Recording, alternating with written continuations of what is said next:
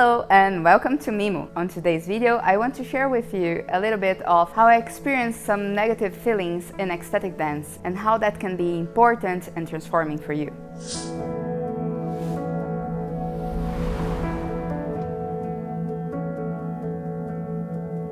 So one of the things that make ecstatic dance so important for me is that for me there is a space where I can dive into my feelings, dive into my emotions and allow myself to express them. And in ecstatic dance I was able to process a lot of things that I was going through in my life and that I didn't find really a place to put it out.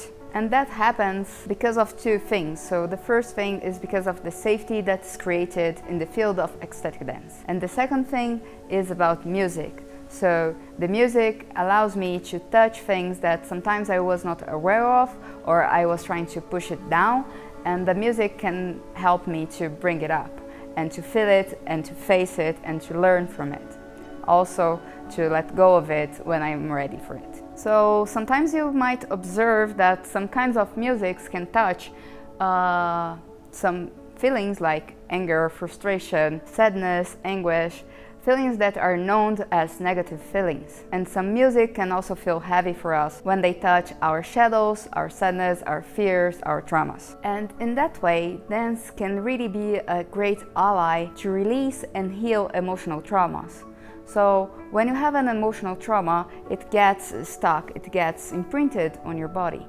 And when you move through dance and you allow yourself to feel it and express it, you also might release it and help you to heal yourself. Some people might even avoid to really touch these feelings for considering them bad or for being embarrassed of their own sadness or trying to push down their anger because anger is seen as a really bad thing. We can see in the popular media who express anger is usually the villain. And we usually, of course, don't like to be seen as villains. But not always allowing yourself to put the energy out is a bad thing. And in fact, we are all humans and we have this huge spectrum of feelings that are there and that we are feeling it even if we're trying to push it down or to hide it. And in our energy, it gets expressed. You might try to find a safe environment to express it, or if you keep pushing it down, it might come out in the time that you would least like it. In that way, if we don't really allow ourselves to feel and to express what we are feeling in an environment that is cared for, it might come out even in the underlying of our speech or our talk, or even become a big arguing at some point that we didn't want to have.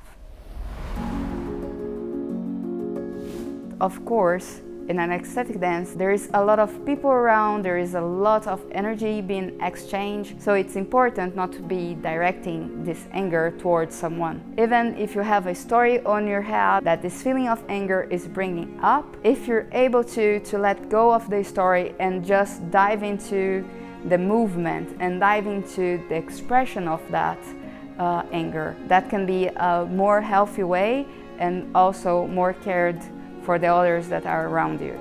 Something that you can do to care that this energy is not going to affect so much people around you is to direct this energy to the ground. In that way, you can ask the support of Mother Earth to transmutate that energy and let it flow through the universe as it should. And there are several types of music that can help you to connect with these kinds of feelings. We're gonna put in the description below links to themed playlists that can help you to connect with sadness or with anger and do it with care.